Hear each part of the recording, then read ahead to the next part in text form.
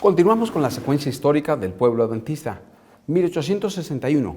Vi en la tierra una angustia mayor de la que hemos presenciado hasta aquí. Oí gemidos y clamores de angustia y vi grandes compañías empeñadas en batalla. Oí el tronar del cañón, el fragor de las armas, la lucha cuerpo a cuerpo y los gemidos y oraciones de los moribundos. El suelo estaba cubierto de heridos y muertos. Vi familias desconsoladas y desesperadas que sufrían privaciones en muchas moradas. Ahora mismo muchas familias sufren privaciones, pero esto aumentará. Los rostros de muchos parecían demacrados, pálidos y afectados por el hambre.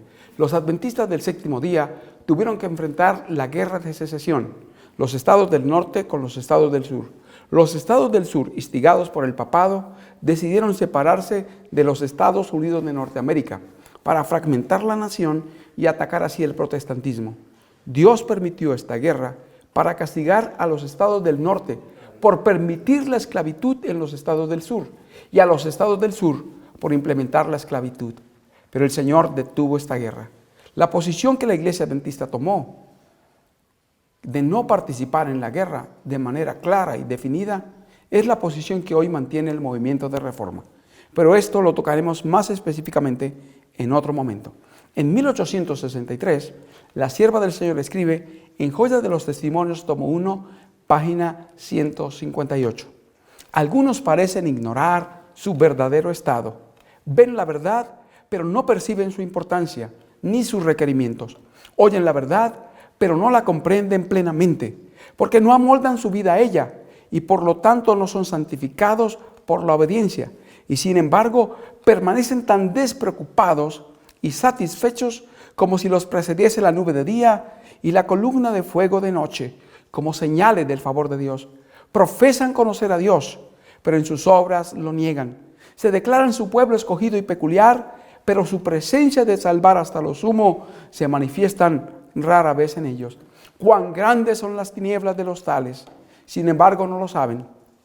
La luz resplandece, pero no lo comprenden. No hay engaño que pueda seducir a la mente humana que aquel de hacer creer a los hombres que están perfectamente bien y Dios acepta sus obras cuando están pecando contra Él.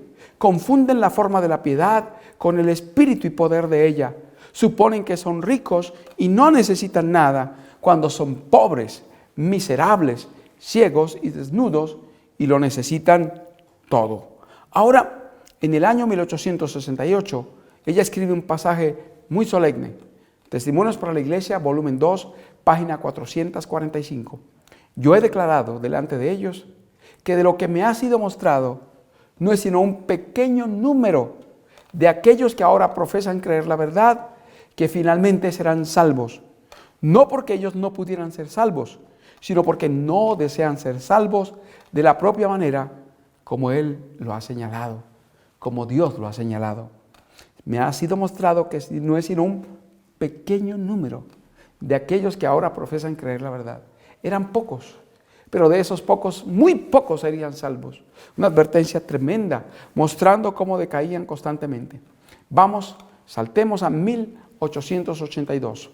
En 1881 ocurrió algo muy importante que no quiero pasar por alto. La sierva del Señor escribió en un pasaje que está en Joyas 1, páginas 600 y 601, que si no se cerraba la puerta a la moda, la iglesia se desmoralizaría. Y nunca se cerró la puerta a la moda. Eso la desmoralizó. La sierva del Señor, en Testimonios para la Iglesia, volumen 1, 245, dice que al cumplirse Isaías 3, las mujeres que profesan piedad, convertirse en hijas de Sión, seguir la moda, verían cumplirse la sentencia dada allí. Sus varones caerían en la guerra. La apostasía en la moda culminaría en la participación en la guerra. Noten ustedes cómo la apostasía en la moda preparó a la iglesia adventista a unirse con el mundo y por lo tanto a participar en las guerras del mundo. Lamentable situación. En 1882, ella escribe un pasaje muy serio, Servicio Cristiano 49 y 50. Y aquí está la respuesta por la cual no podemos estar unidos dentro de la organización adventista del séptimo día. Los líderes adventistas nos preguntan, ¿ustedes por qué no están unidos con nosotros, ayudándonos a hacer la reforma aquí? La respuesta es Amós 3:3. ¿Andarán juntos si no estuvieran de acuerdo? Vamos en rumbos distintos. Nosotros seguimos el camino mostrado en la primera visión a la profetisa, en Primeros Escritos, página 14 y 15, por un sendero angosto, estrecho y ascendente hacia la patria celestial. No queremos cambiar ese rumbo, pero la iglesia adventista cambió de rumbo. ¿Dónde está? Servicio Cristiano, página 49 y 50. 1882, aquí está. Al contemplar el estado de sus profesos seguidores hoy, Jesús ve ingratitud vil, formalismo falso, hipocresía, orgullo farisaico y apostasía. La iglesia se ha vuelto de seguir en pos de Cristo, su líder, y se está volviendo firmemente hacia Egipto. Aquí está el rumbo que tomó. La iglesia adventista dejó de caminar hacia Canaán, cambió de rumbo. La iglesia se ha vuelto de seguir en pos de Cristo, su líder, y se está volviendo firmemente hacia Egipto. Miren que la clave de no caer del camino angosto era no perder la vista de Cristo y el blanco. Y ellos perdieron la vista de Cristo y dejaron de seguirlo. La iglesia se ha vuelto de seguir en pos de Cristo, su líder, y se está volviendo firmemente hacia Egipto. Hablo de la primera visión, Primeros Escritos 14 y 15. Si no perdían la vista de Jesús y del blanco, no caerían. Ellos perdieron la vista de Jesús, del blanco, y dejaron de seguirlo. La iglesia se ha vuelto de seguir en pos de Cristo, su líder, y se está volviendo firmemente hacia Egipto. Por eso no podemos estar unidos en la organización adventista del séptimo día. Vamos en rumbos diametralmente opuestos. Nosotros vamos hacia Canaán. Ellos se han vuelto de seguir a Cristo para ir hacia el mundo firmemente. No de manera indecisa, no están vacilando, no. Se están volviendo firmemente hacia Egipto, con una determinación digna de una mejor causa. Lamentable y triste decisión. 1887, esa decadencia continúa. Mensajes Selectos, volumen 1, página 146. ¿Cuál es nuestra condición en este tremendo y solemne tiempo? ¡Ay! ¡Cuánto orgullo prevalece en la iglesia! ¡Cuánta hipocresía! ¡Cuánto engaño! ¡Cuánto amor al vestido! La frivolidad y las diversiones. ¡Cuánto deseo de supremacía! Todos estos pecados han nublado las mentes, de modo que no han sido discernidas las cosas eternas. Tremendo, algo terrible. Cuánta falsedad, cuánto engaño. La decadencia espiritual continuando. Y llegamos al año 1888. Review and Herald, 24 de julio de 1888. Los hechos en cuanto a la verdadera condición del profeso pueblo de Dios hablan más fuertemente que su profesión y hacen más notorio que algún poder ha cortado el cable que los aseguraba a la roca eterna y que están navegando en el mar a la deriva sin mapa ni brújula. Los hechos en cuanto a la verdadera condición del profeso pueblo de Dios hablan más fuerte que su profesión y hacen más notorio que algún poder ha cortado el cable que los aseguraba a la roca eterna y que están navegando en el mar a la deriva sin mapa ni brújula. La roca eterna es Jesús. Fueron cortados del nexo con Cristo, pero el Señor trató de remediar esa situación. En 1888, Dios escogió a los dos hombres jóvenes, a los dos pastores, Jones y Waggoner, para presentar el mensaje de la justificación por la fe. La sierva del Señor escribió en Manuscript Relics, tomo 15, página 92. El mensaje que nos fue dado por A.T. Jones y E.J. Waggoner es el mensaje de Dios a la iglesia de la Odisea. Y ¡ay! Del que profesa creer en la verdad y sin embargo no refleja sobre otros los rayos enviados por Dios. Entonces aquí se envió el remedio para esa situación apóstata. En Testimonios para los Ministros, página 91, dice que en su gran misericordia el Señor envió un preciosísimo mensaje a su pueblo por medio de los pastores Waggoner y Jones para llevarlos a la obediencia a los mandamientos de Dios. Sin la justicia de Cristo es imposible obedecer la ley de Dios. Entonces se les dio el remedio a su condición apóstata. Cristo era el remedio para la apostasía, para el pecado. La justicia por la fe era la solución a su situación, a su condición. Pero este mensaje fue despreciado. La luz del mensaje que hay de iluminar la tierra con la gloria de Dios fue rechazada. Mensajes Selectos 1, 276. ¿Qué empezó allí? En 1888, Mensajes Selectos 1, página 425. El tiempo de prueba está precisamente delante de nosotros, pues el fuerte pregón del tercer ángel ya ha comenzado en la revelación de la justicia de Cristo, el Redentor que perdona los pecados. Este es el comienzo de la luz del ángel, cuya gloria llenará toda la tierra. Ahí empezó la luz del cuarto ángel.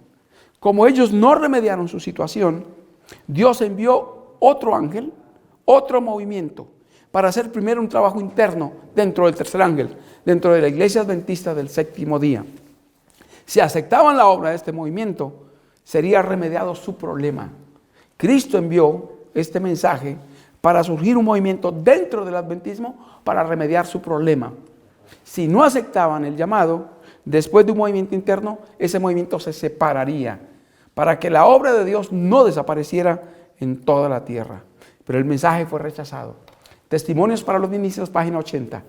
Comenzaron esta obra satánica en Minneapolis. En lugar de aceptar el llamado del cielo, hicieron una obra satánica. Más tarde, cuando vieron y sintieron la demostración del Espíritu Santo que testificaba que el mensaje era de Dios, lo odiaron aún más, porque era un testimonio contra ellos. No quisieron humillar sus corazones para arrepentirse, para dar gloria a Dios y reivindicar la justicia. Continuaron con el mismo espíritu, lleno de envidia, de celos, de malas sospechas como los judíos. Abrieron sus corazones al enemigo de Dios y del hombre. Sin embargo, estos hombres han estado ocupando puestos de confianza y han estado modelando la obra a su propia semejanza hasta el punto en que les fue posible. La sierva del Señor escribió una carta en 1892, hablando sobre ese evento. Dice: nunca puedo olvidar la experiencia que tuvimos en Minneapolis, o las cosas que entonces me fueron reveladas en cuanto al espíritu que controló a los hombres, las palabras habladas, los actos realizados en obediencia a los poderes del maligno. Ellos fueron movidos en la reunión por otro espíritu y no supieron que Dios había enviado a estos hombres jóvenes para llevarles un mensaje especial, al cual ridiculizaron y trataron con desprecio, sin darse cuenta que los agentes celestiales los estaban contemplando. Yo sé que en ese tiempo el Espíritu de Dios fue insultado, y ahora cuando veo que algo se aproxima al mismo curso de acción, me siento sumamente afligida. Tremendo. La sierva del Señor expresó que el Espíritu de Dios fue insultado. El Espíritu de Dios fue ofendido. Hay un libro que se llama Lo que todo adventista debe saber sobre 1888. Y allí dice que al rechazar el mensaje de 1888, la iglesia adventista crucificó a Cristo en la persona del Espíritu Santo. Tremendo lo que hicieron allí en Minneapolis. Una obra tremenda, una obra terrible. La decadencia sería más notable. 1893. La sierva del Señor expresa en la Review and Herald del 1 de agosto de 1893 estas tremendas palabras. Y tú, Capernaum, adventistas del séptimo día, que han tenido gran luz, que eres levantada hasta el cielo, en cuanto a privilegios, hasta el Hades serás abatida. Porque si en Sodoma se hubieran hecho los milagros que han sido hechos en ti, habría permanecido hasta el día de hoy. Tremendo. Hasta el Hades, hasta el infierno serás abatida. Será una degradación tremenda, completa, absoluta, total. En 1895, la sierva del Señor expresó un mensaje que está en Testimonios para los Ministros, página 90. Ya no se les podría hacer más llamados tiernos, ni dar mejores oportunidades para que ellos hicieran lo que ellos deberían haber hecho en Minneapolis. Llegará el tiempo cuando estarán deseando hacer cualquier cosa y todo lo posible para tener la oportunidad de oír el llamado que rechazaron en Minneapolis. Mejores oportunidades nunca vendrán. Sentimientos más profundos no tendrán. Dios no será burlado. El Espíritu de Dios se está apartando de muchos de entre su pueblo. Muchos han entrado en senderos oscuros y secretos y algunos nunca volverán. continuarán tropezando hasta su ruina. Han tentado a Dios, han rechazado la luz. Y ahora, en la página 86 del mismo libro, se da la nota tónica de lo que estaba escuchándose de los adventistas del séptimo día en ese año, 1895. Está cundiendo en el mundo la convicción de que los adventistas del séptimo día están dando a la trompeta un sonido incierto y que están siguiendo la senda de la mundanalidad. Dando a la trompeta un sonido incierto y siguiendo ¿qué? La senda de la mundanalidad. El camino descendente de 1882 con firmeza hacia el mundo nunca se revertió. Decidieron seguir al mundo, sus hábitos, sus costumbres y sus prácticas y nunca se devolvieron de esa decisión. Ahora, en medio de esta apostasía, surge la crisis panteísta. En el libro El Living Temple se presenta el alfa de las herejías mortíferas. La omega seguirá y será recibida por los que no estén dispuestos a prestar atención a la amonestación que Dios ha dado. Irrumpirán sobre nosotros peligros que ahora no discernimos y deseo grandemente que no sean engañados. Siento terror en el alma cuando veo a qué condición ha llegado nuestra casa publicadora. Las prensas de la institución del Señor han estado imprimiendo las destructoras teorías del romanismo y otros de los misterios de la iniquidad. Las oficinas deben ser purificadas de este asunto censurable. He estado casi con miedo de abrir la review por temor de ver que Dios ha limpiado la casa publicadora por medio del fuego. Y vino el castigo. Cuando los mensajes enviados por el Espíritu de Dios no efectuaron una reforma y un reavivamiento, Dios en su amor por su pueblo tuvo que enviar reprensiones y castigos más fuertes a fin de alentarlos contra su peligro, a fin de alertarlos contra su peligro. Esto fue presenciado en el gran incendio que se desató en el sanatorio de Battle Creek el 18 de febrero de 1902.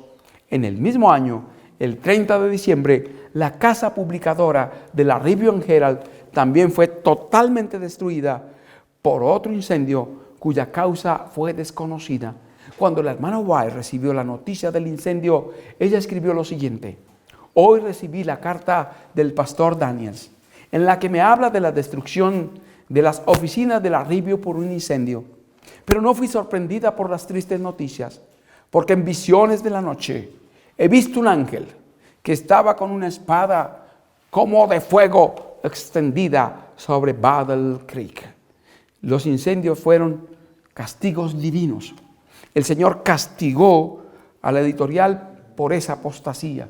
En Testimonios, volumen 8, página 97 y 98, la sierva del Señor expresa: en el Congreso de la Asociación General llevado a cabo en Battle Creek en 1901, el Señor dio a su pueblo evidencias de que lo estaba llamando a una reforma. Los llamados a la reforma continuaban. Vino el llamado, la invitación en 1901. No se escuchó ese llamado y vino el castigo de 1902. Las mentes fueron convencidas y los corazones fueron tocados, pero la obra completa no fue hecha. Si los necios corazones hubieran sido compungidos en penitencia delante de Dios, se habría visto una de las más grandes manifestaciones del poder de Dios que jamás se ha visto: la lluvia tardía. La iglesia adventista tuvo la oportunidad de la lluvia tardía en 1888. Se acepta el mensaje de la justicia de Cristo, el remedio de Dios a la iglesia en la condición de la Odisea. No lo aceptó. En 1901 tuvo de nuevo la oportunidad. Tuvo de nuevo la oportunidad del cielo para volverse al Señor con todo corazón, para arrepentirse de sus pecados y para recibir la lluvia tardía.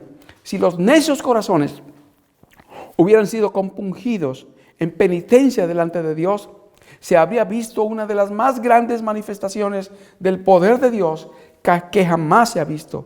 Pero Dios no ha sido honrado. Los testimonios de su Espíritu no fueron atendidos. El reproche contra los testimonios continuó. Los hombres no se separaron de las prácticas que estaban en decidida oposición a los principios de la verdad y la justicia, los cuales deberían mantenerse siempre en la obra del Señor. Por eso expresó un llamado solemne: Joyas 3, 254. Para el año 1903. ¿Quién puede decir con verdad? Nuestro oro es probado en el fuego y nuestros vestidos no están manchados por el mundo. He visto a nuestro instructor señalar vestiduras que se daban por justicia. Al desgarrarlas, puso al descubierto la suciedad que cubrían. Luego me dijo: ¿no puedes ver con qué falsedad cubrieron su inmundicia y la corrupción de su carácter? ¿Qué pues? ¿La ciudad fiel ha venido a ser una ramera? La casa de mi padre es hecha un lugar de comercio, de donde se han retirado la gloria y la presencia divinas. La sierva del Señor entonces empezó a avisar de la crisis que vendría. Ya en 1890 lo había dicho, en un pasaje que aparece en Mensaje para los Jóvenes, página 87. El Señor se levantará para conmover terriblemente la tierra. Veremos accidentes por todos lados. Miles de barcos serán arrojados hacia las profundidades del mar. Buques de armada se hundirán y las vidas humanas serán sacrificadas por millones. La Primera Guerra Mundial. Se producirán incendios inesperadamente y no habrá esfuerzo humano capaz de aplacarlos. Los palacios de la tierra serán barridos entre la furia de las llamas. Desastres ferroviarios llegarán a ser más y más frecuentes.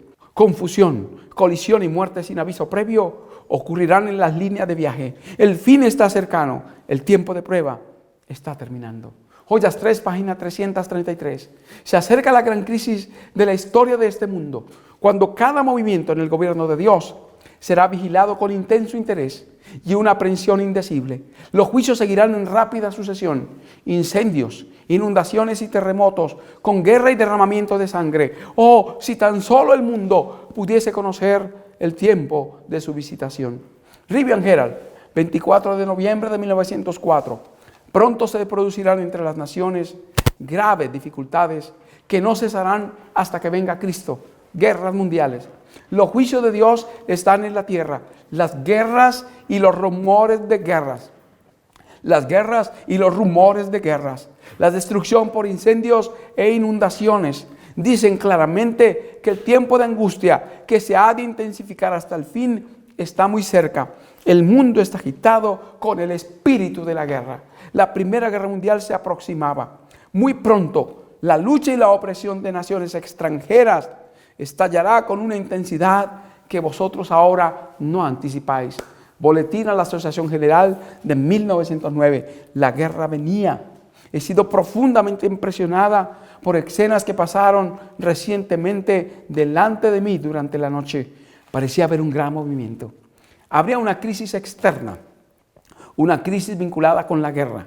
Y en medio de eso habría una crisis interna relacionada con los principios de la ley de Dios. Parecía haber un gran movimiento, una obra de reavivamiento que se desarrollaba en muchos lugares. Nuestros hermanos acudían respondiendo al llamado de Dios. Dios llama a los que están dispuestos a ser dirigidos por su Espíritu Santo a encabezar una obra de reforma completa. Noten bien que hubo llamados a hacer la reforma, pero cuando los llamados a hacer la reforma no se atienden, el Señor suscita un movimiento de reforma con aquellos que aceptaron el llamado a la reforma.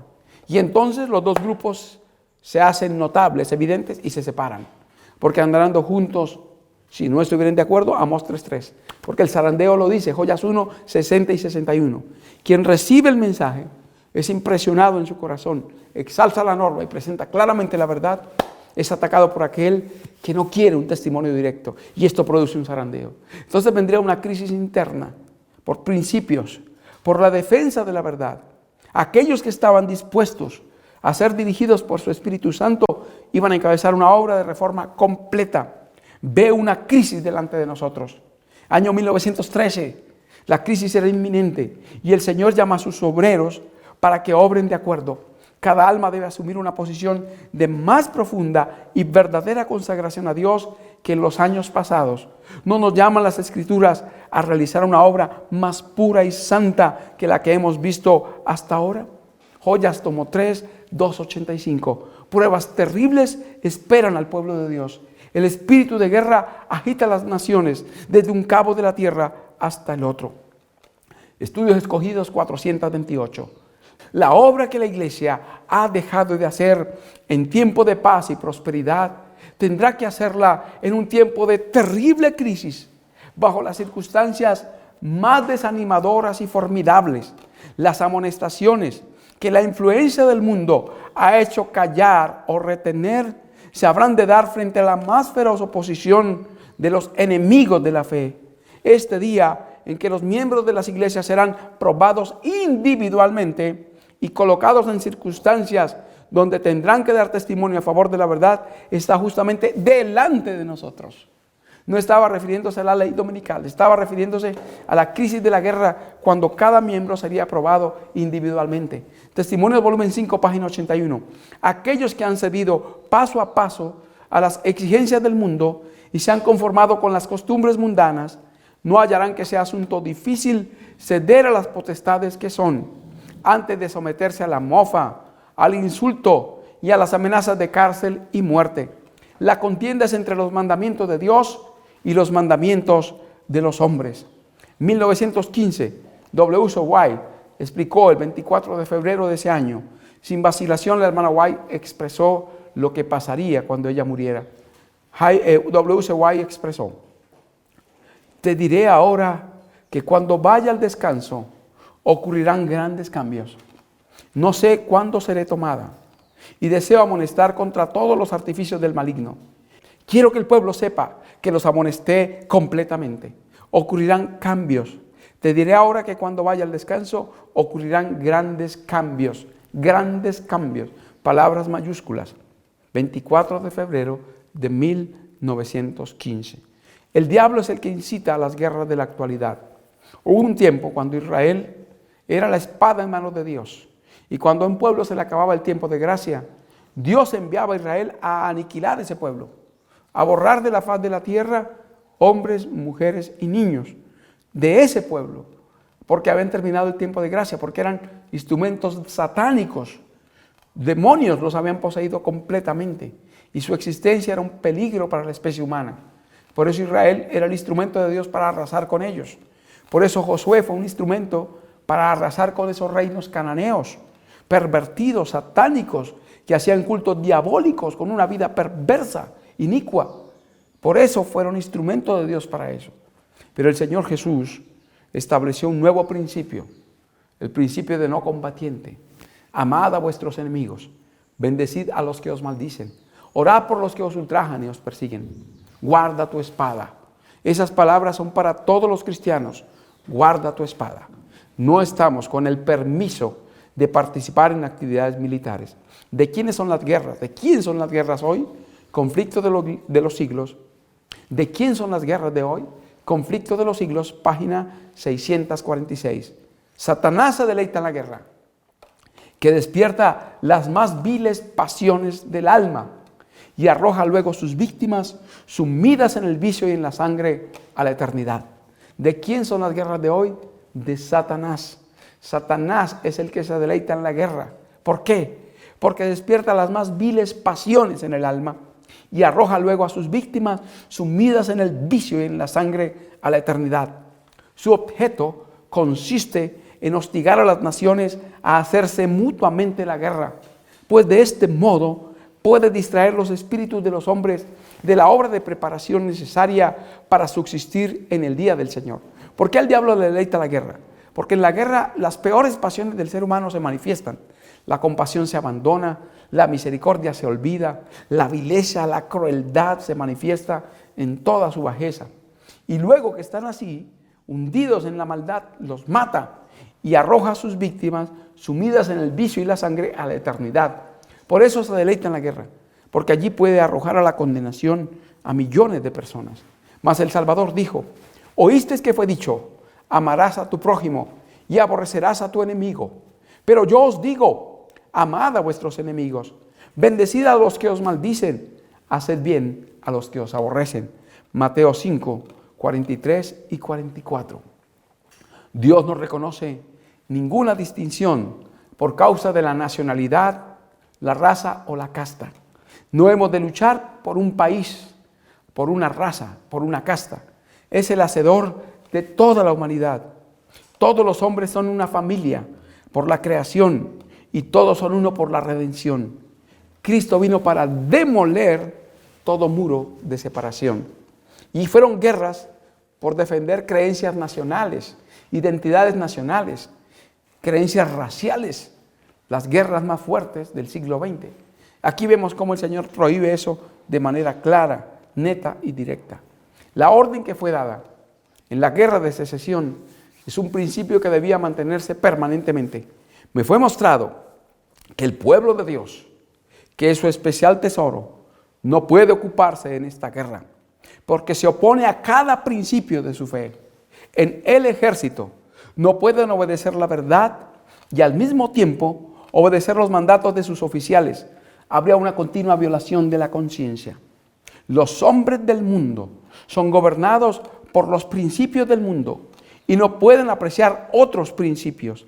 La política mundana y la opinión pública comprenden el principio de acción que les gobierna y que les hace aparentar que hacen bien. Pero el pueblo de Dios no puede ser gobernado por estos principios. Las palabras y mandatos de Dios escritos en el alma son espíritu y son vida y contienen poder para subyugar y producir obediencia. Los 10 preceptos de Jehová son un fundamento de toda justicia y de toda buena ley. Los que aman los mandamientos de Dios acatarán las buenas leyes del país. Pero si los mandatos de los gobernantes son tales que son contrarios a las leyes de Dios, la única pregunta que contestaré es: ¿obedeceremos a Dios o al hombre? Tremendo. El Señor señala categóricamente que su pueblo no puede participar en actividades militares, que no puede involucrarse en la guerra, porque se opone a cada principio de nuestra fe. Aquí tenemos que decir: ¿obedeceremos a Dios o a los hombres? La Iglesia Adventista del Séptimo Día tomó una posición totalmente nueva con relación a la guerra. Cuando el archiduque Francisco Fernando de Austria fue derribado por una bala asesina en 1914, Europa estalló como un verdadero polvorín de guerra, como un verdadero barril de pólvora. De la noche a la mañana, los ejércitos se pusieron en marcha y luego se trabaron en mortal lucha midiendo su fortaleza militar. La Iglesia Adventista entonces tomó posición con el servicio militar en Alemania. El 4 de agosto de 1914 se le envió una declaración al Ministerio de Guerra en Berlín, Alemania. La carta dice: muy ilustrísimo señor, general y ministro de guerra, puesto que nuestra posición con respecto a nuestro deber hacia el gobierno y también hacia el servicio militar, y especialmente por negarnos a servir en tiempos de paz en los días sábados, es considerada como fanatismo, me tomo la libertad, por lo tanto, de presentar a su excelencia los principios de los adventistas del Séptimo Día de Alemania, especialmente ahora en la situación actual de guerra. La carta fue la siguiente: a la vez que insistimos en los principios fundamentales de las Santas Escrituras y nos esforzamos por cumplir los preceptos del cristianismo, observando el día de descanso, sábado, que Dios estableció en el principio, absteniéndonos de hacer cualquier trabajo durante ese día, también en este tiempo de tensión, reconocemos nuestro deber de defender la patria y en estas circunstancias portaremos armas también en los días sábados. En este punto nos apoyamos en el pasaje de las Escrituras que se encuentra en 1 de Pedro 2:13 al 17, firmado H.F. Schubert, presidente. Se toma una posición oficial de participar en el servicio militar, con armas y también los sábados. Se echó por tierra por completo la ley de Dios. Se abandonaron los principios de la Iglesia y se tomaron los principios del Estado. La Iglesia Adventista del Séptimo Día selló su apostasía, abandonando los principios del cielo y uniéndose a los poderes de la tierra. El 5 de marzo de 1915, la carta de Schubert fue corroborada por el pastor Dinoz y por el pastor Louis Richard Conradi, presidente de la División Europea. Ellos expresan: al comienzo de la guerra, los dirigentes de la Organización Adventista de Alemania aconsejaron espontáneamente a todos sus miembros llamados al servicio militar de todo el país que en las urgentes circunstancias y necesidades de la patria cumplan con sus deberes que se les exige como ciudadanos, de acuerdo con la Escritura, y sirvan fervientemente en sábado, como los demás soldados lo hacen los domingos. De comprobante sirva la copia adjunta del documento dirigido al ilustre ministro de Guerra de Prusia, escrito el 4 de agosto de 1914.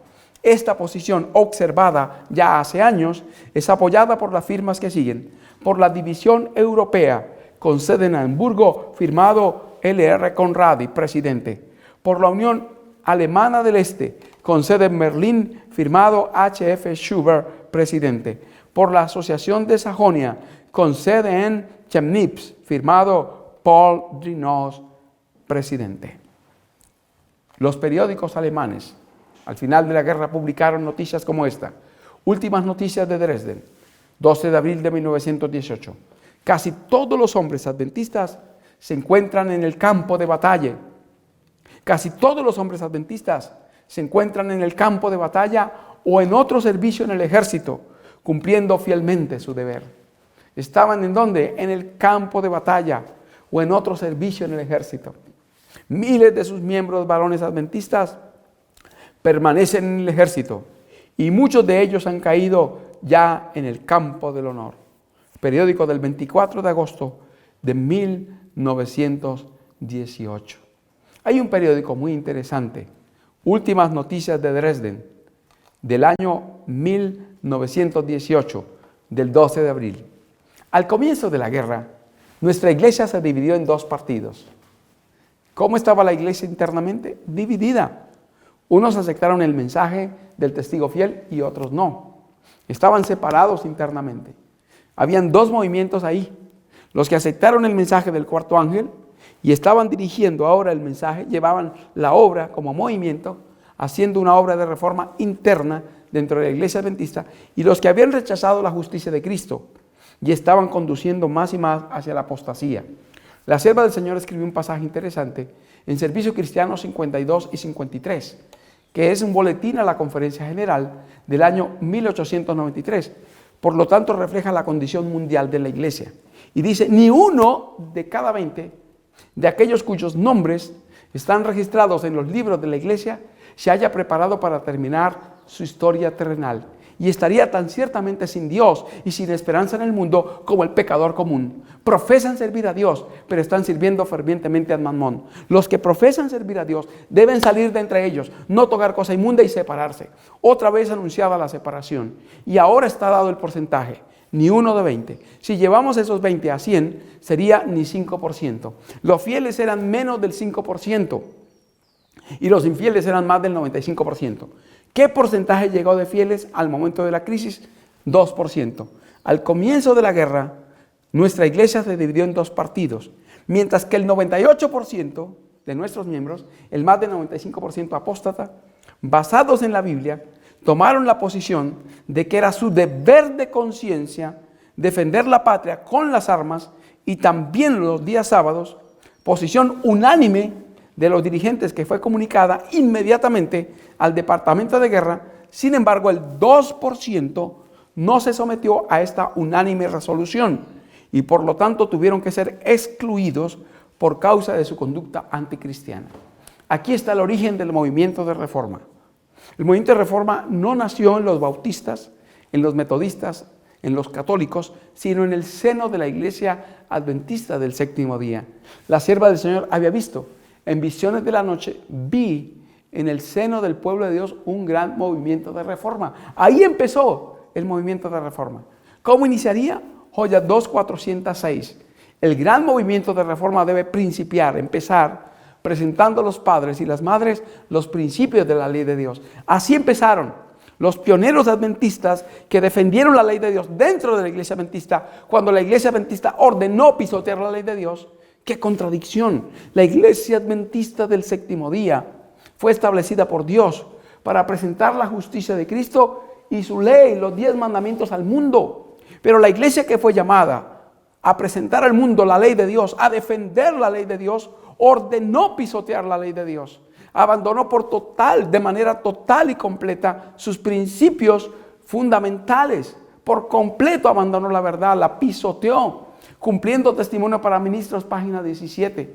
Si la iglesia falla aquí, abandonando los principios del cielo, se anota en su contra, en el cielo, un registro de rebelión. Así lo dice Testimonios Selectos 1, 205. Rebelión contra Dios, rebelión contra Cristo, rebelión contra el cielo. Traicionó al Señor y el Señor la dejó. El pueblo adventista en ese momento decidió su destino eterno como organización. Se puso del lado de la apostasía y Dios la desechó. La profecía lo indicaba en el conflicto de los siglos, página 666. Precisamente en esa página. Hombres de talento y elocuencia que se gozaron un día en la verdad, emplearán sus facultades para seducir y descarriar almas. Se convertirán en los enemigos más encarnizados de sus hermanos de antaño. Hombres que un día se gozaron en la verdad, que conocían el mensaje del tercer ángel, pero que no fueron santificados por la obediencia a la verdad. Serían los peores perseguidores. Pues bien, los dirigentes adventistas dijeron, estos elementos insobrios se hicieron predicadores, procurando propagar sus ideas insensatas, aunque con poco resultado. Falsamente se llaman predicadores y adventistas. No lo son, sino más bien engañadores. Cuando tales elementos hallen su suerte merecida, se nos hace verdaderamente un favor. Su suerte merecida, sean apresados, se les confisquen sus bienes, sean torturados y asesinados, se nos hace un favor. Hombres elocuentes, 666 del conflicto, hombres de talento y elocuencia que se gozaron un día en la verdad, emplearán sus facultades para descarriar y seducir almas. Se convertirán en los enemigos más encarnizados de sus hermanos de antaño. Los pastores sabían dónde vivían los hermanos, dónde estaban ubicados, y entonces llevaban a las autoridades alemanas. Este no quiere ir a la guerra. Este se opone al ejército. Este se opone al Estado. Nuestros hermanos eran tomados, algunos colgados de los dedos índices o de los dedos pulgares de las manos, y quedaban sobre los dedos pulgares de los pies por días, semanas. Allí hacían sus necesidades sobre su propio cuerpo, en una condición triste, apaleados, fusilados, asesinados por defender la verdad. Ese es el verdadero origen de los adventistas del séptimo día, movimiento de reforma. Allí surge el pueblo remanente del tiempo de la Odisea, los reformadores, los adventistas del séptimo día, movimiento de reforma, el último movimiento profético, surgido en el tiempo profético, en ocasión de la guerra, surgido por el motivo profético, la defensa de la ley de Dios. Y un año después de que la sierva del Señor, en 1913, advirtiera que delante, cerca, estaba la crisis que daría origen al movimiento de reforma. Gloria a Dios, porque hubo hombres y mujeres fieles que en medio de la apostasía, la persecución, se mantuvieron de parte de la verdad, de parte de la justicia, aunque se desplomen los cielos, que se mantuvieron leales al Señor, que fueron perseguidos, que fueron oprimidos, que fueron asesinados, pero que aún así no abandonaron la verdad, que triunfaron en Cristo, que murieron victoriosos, vencedores, y que establecieron los fundamentos para la iglesia adventista del séptimo día, movimiento de reforma. Estos hombres en 1920 hicieron una reunión para defender los principios. Arturo Daniels se presentó en esa reunión en Friedensau, Alemania, y allí se hicieron 4 preguntas. ¿Qué posición toma la Asociación General con relación a la postura de los dirigentes de Alemania en el año 1914 con relación al 4º y 6º mandamientos? Segundo, ¿qué pruebas de no seguir la regla bíblica? Tercero, ¿cuál es la posición de la Asociación General con relación a los testimonios del hermano White? ¿Son inspirados por Dios o no? ¿Es la reforma pro salud todavía el brazo derecho del mensaje?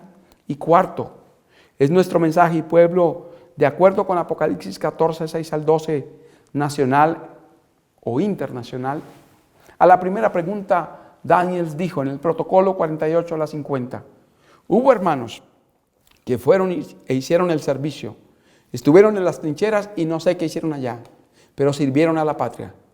Volvieron y ni uno de ellos ha sido excluido, ni uno de ellos ha sido sancionado. Apoyaron la apostasía. Segundo, no hubo evidencia de que nuestros hermanos fieles no siguieron la regla bíblica. Tercero, manifestaron el rechazo a los testimonios y a la reforma pro salud. Y cuarto, manifestaron apoyar las posiciones nacionalistas. Finalmente, los hermanos que defendieron la verdad fueron excluidos, fueron rechazados y se reorganizaron en 1925 en Gotha, Alemania, del 14 al 20 de julio, y constituyeron lo que hoy conocemos como la Iglesia Adventista del Séptimo Día, Movimiento de Reforma. Al estudiar la historia del cristiano y la guerra, las luchas del pueblo de Dios en ese aspecto, veremos más detalles sobre el surgimiento del movimiento de reforma. Que Dios nos ayude a permanecer fieles en este pueblo hasta su triunfo final y hasta la gloriosa eternidad. Que Dios les bendiga.